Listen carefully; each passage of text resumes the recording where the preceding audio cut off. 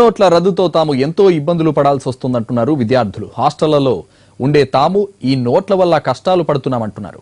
క్లాసులు మానేసి queue line లో నిలబడాల్సి వస్తుందని ఆవేదన వ్యక్తం చేస్తున్నారు.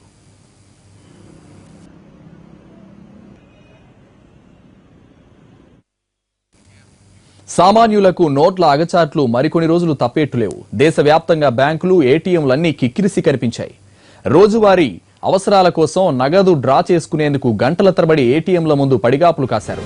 అన్ని రాష్ట్రాల్లోనూ ఇదే పరిస్థితి. ఉద్యోగాలకు సెలవు పెట్టి మరీ ఏటీఎంల ముందు క్యూ కట్టాల్సిన పరిస్థితి.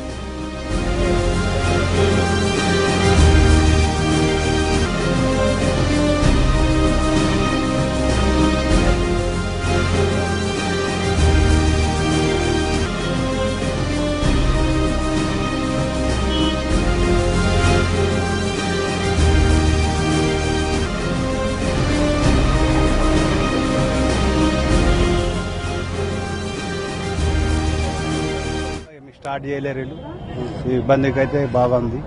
మొన్న వచ్చాం, అయినా వచ్చినప్పుడల్లా ప్రతిసారి క్యాష్ అయిపోయింది, క్యూ పెద్దగా ఉండి అందుకోసం మళ్ళీ పొద్దున వచ్చాం.